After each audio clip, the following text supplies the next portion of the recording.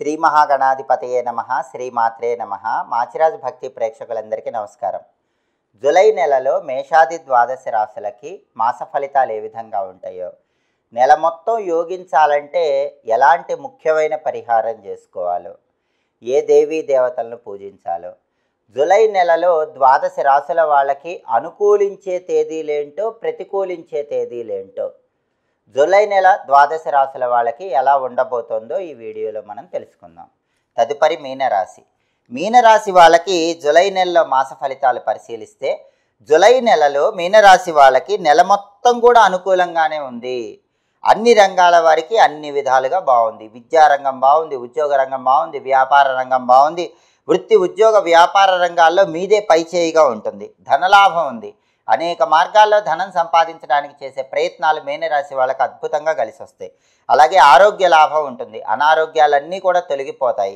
అలాగే మిత్ర లాభం ఉంటుంది. మిత్రుల యొక్క సహాయ సహకారాల వల్ల ముఖ్యమైన పనులన్నీ సులభంగా పూర్తి చేసుకోగలుగుతారు. బంధుమిత్రులతో సంతోషంగా ఉల్లాసంగా కాలాన్ని గడపగలుగుతారు. అలాగే వాహన సౌఖ్యం ఉంటుంది. బండి కానీ కారు కానీ కొనుక్కోవాలని చేసే ప్రయత్నాలు మీనరాశి వాళ్ళకి జూలై నెలలో చక్కగా అనుకూలిస్తాయి. సంతాన సౌఖ్యం ఉంటుంది. సంతానం లేని వాళ్ళు సంతానం గురించిన శుభవార్త వింటారు. సంతానం ఉన్నవాళ్ళు సంతానం కీర్తి ప్రతిష్టలు చూసి ఆనందపడుతూ ఉంటారు. శత్రు జయం ఉంటుంది. శత్రువులను సైతం మిత్రులుగా మార్చుకుంటారు. బహిర్గత అంతర్గత శత్రువులు చేసే ప్రయోగాలు తిప్పికొడతారు. అలాగే శత్రువులను సమూలంగా నశింపజేయగలుగుతారు. స్త్రీల యొక్క సహాయ సహకారాలు మీనరాశి స్త్రీ పురుషులకు సంపూర్ణంగా లభిస్తాయి. సంఘంలో కీర్తి ప్రతిష్టలు, గౌరవ మర్యాదలు పెంపొందింపజేసుకుంటారు. పుణ్యనది స్నానాలు చేస్తారు. తీర్థయాత్రలకు వెళ్తారు. పుణ్యక్షేత్ర సందర్శనం చేస్తారు. దైవ దర్శనం మానసిక ప్రశాంతతను కలిగింపజేస్తుంది. ప్రయాణాల్లో సౌఖ్యం ఉంటుంది. ప్రయాణాల్లో ఎలాంటి సమస్యలు తలెత్తవు. కోర్టు వ్యవహారాలు ఏవైనా ఉంటే అవన్నీ కూడా మీకు అనుకూలిస్తూ ఉంటాయి. గతంలో ఉన్న సమస్యలన్నీ కూడా మబ్బులు వీడిపోయినట్లు వీడిపోతాయి.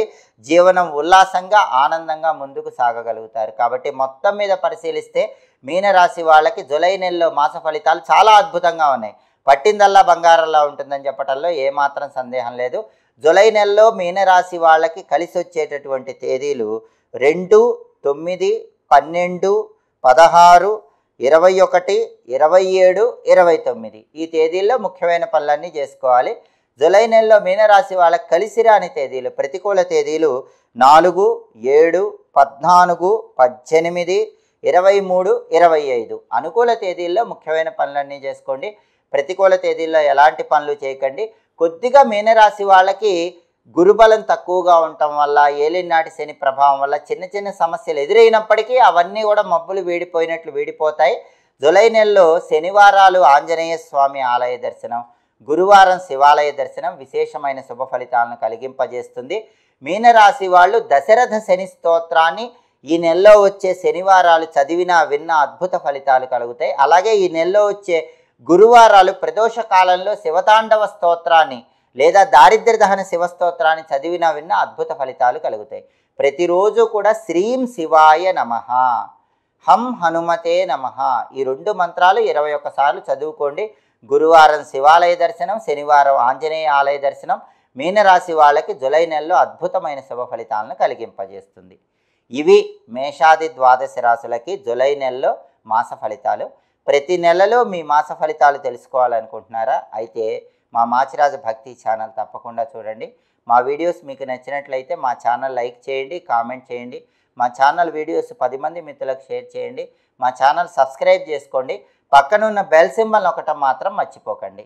సర్వే జనాః సుఖినో భవంతు. స్వస్తి.